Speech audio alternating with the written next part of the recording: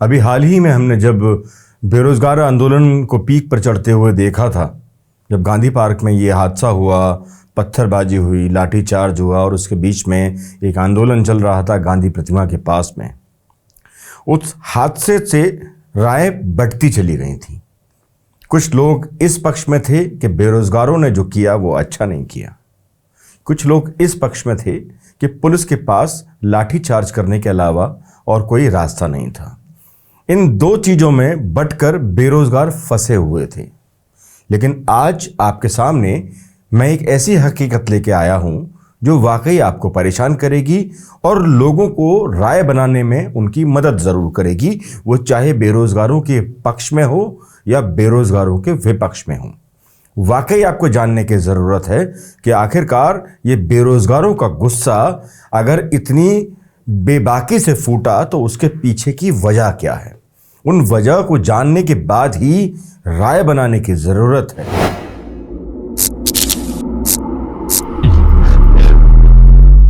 नमस्कार, मैं दिलीप सिंह राठौड़ आपके सामने एक बार फिर से हाजिर हूं DSR अनकट के माध्यम से, बेरोजगारों के एक ऐसे मुद्दे को लेकर जिससे शायद आप पूरी तरह से अभी तक रूबरू नहीं हुए होंगे। आज एक ऐसी हकीकत लेकर आपके सामने हूं जिसे सुनकर देहरादून से दिल्ली तक शीर्ष पर बैठे नेताओं को शायद सोचने का कुछ मौका मिल जाए। यूं तो बेरोजगारों पर सोचने के लिए मानो दिल दिमाग शायद साथ देने से इनकार कर देता हो सत्तासीनों का, मगर आंकड़े शायद एसी कमरों में बंद अफसरों और नेताओं को भी डरा दें।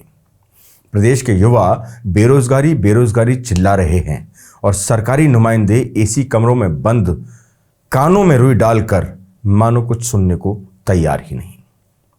सरकार युवाओं को रोजगार तो दे नहीं पा रही, मगर स्वरोजगार स्वरोजगार स्वरोजगार बोलकर प्रदेश की जनता का ध्यान भटकाने की कोशिश जरूर कर रही है। अब उसमें कितनी भी वो कामयाब हो पा रही है कितनी नहीं, ये तो शायद सरकार और वो लोग ही जान पाए। बहरहाल, जो सबके सामने आना जरूरी ही नहीं बल्कि बहुत जरूरी है और वो है सच। मीडिया मठाधीश भी इस मुद्दे पर चुप्पी साधे बैठे हैं, खासकर वो मीडिया जिसे राष्ट्रीय मीडिया का तमगा हासिल है।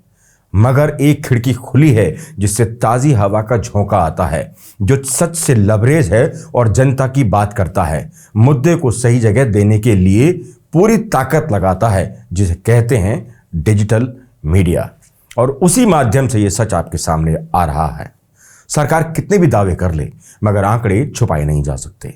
प्रदेश में बढ़ती बेरोजगारी के उन मुद्दों के बारे में जो खासकर परेशान करते हैं, उत्तराखंड सरकार के ही आंकड़े हैं ये, जो बताते हैं कि पिछले 4 सालों में प्रदेश में बेरोजगारी की संख्या 9 लाख के करीब पहुंच गई है और सरकार स्वरोजगार की रट लगाए बैठी है।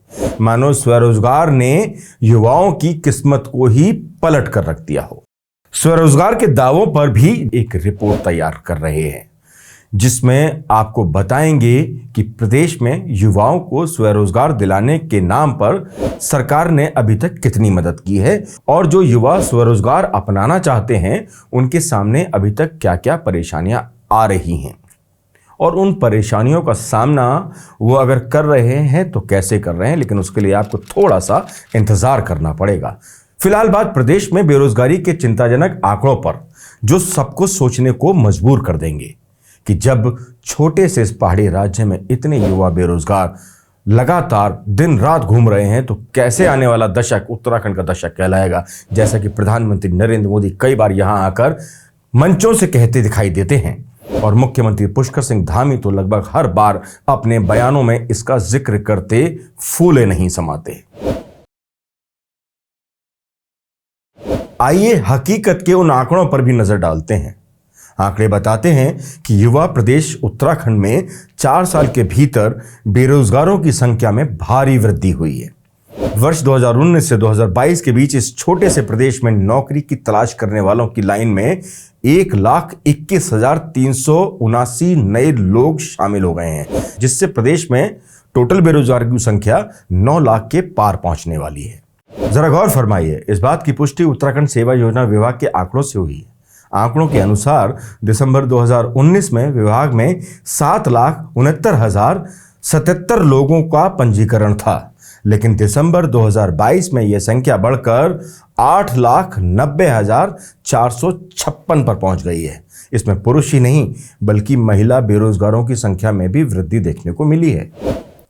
सेवा योजना विभाग के आंकड़ों के अनुसार 4 साल में प्रदेश के भीतर रोजगार मेलों की संख्या करीब 2.5 गुना बढ़ाई गई है। लेकिन मेलों के माध्यम से भी युवाओं को नौकरी दिलाने की गति सुस्त ही नहीं बल्कि कछुए की चाल से भी कम है। हमारा उद्देश्य कछुए के नाम का इस्तेमाल कर कछुए महाराज का अपमान करना बिल्कुल भी नहीं है।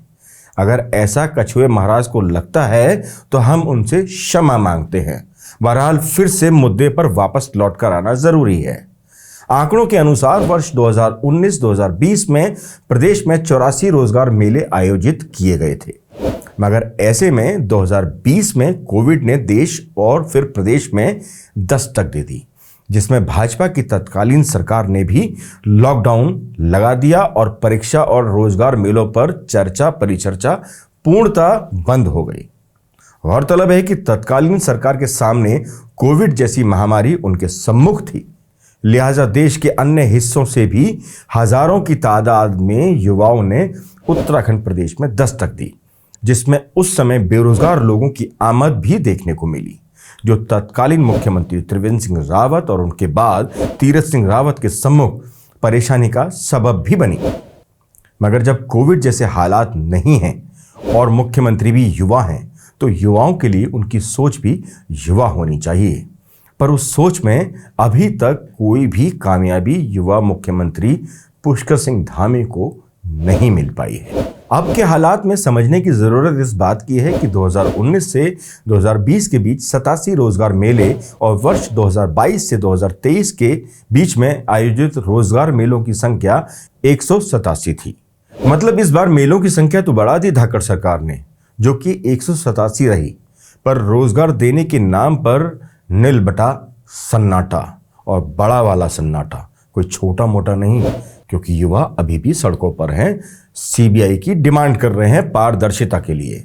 जनाब, प्रदेश की बेरोजगारी इन मेलों से भी नहीं घटी, जिनकी संख्या दुगनी से भी ज्यादा कर दी गई। आलम यह है कि अब आंकड़े डराने वाली सीमा पर पहुंच गए हैं, जो इस प्रदेश के लिए चिंता का विषय बनते चले जा रहे हैं, और वो भी तब जब प्रदेश भी युवा हो चुका है, मतलब 23 साल का, और प्रदेश के मुख्यमंत्री धाकड़ धामी भी युवा हैं। उनकी उम्र के बारे में मैं आपसे अभी चर्चा परिचर्चा नहीं करना चाहता, पर युवा हैं, धाकड़ हैं। बेरोजगारों के बारे में कितना सोच रहे होंगे ये शायद वही जानते होंगे, लेकिन सच ये है कि बेरोजगार अभी भी जंगल के बीचों बीच पड़े हैं। पड़े होना इसलिए कहा जाएगा क्योंकि उनके पास कोई सुविधा संसाधन नहीं है, जबकि अपने आंदोलन को रुख देने के लिए सही मायने में कुछ तो सरकार की तरफ से कदम बढ़ता, जिससे वो बेरोजगार भी सोचते कि सरकार उनके हितों के बारे में कम से कम कुछ तो सोच ही रही है। पर सरकार सोच रही है या नहीं सोच रही है, मैं फिर से एक शब्द का इस्तेमाल कर रहा हूं, वो वक्त के गर्त में है और वो वक्त ही जानता है।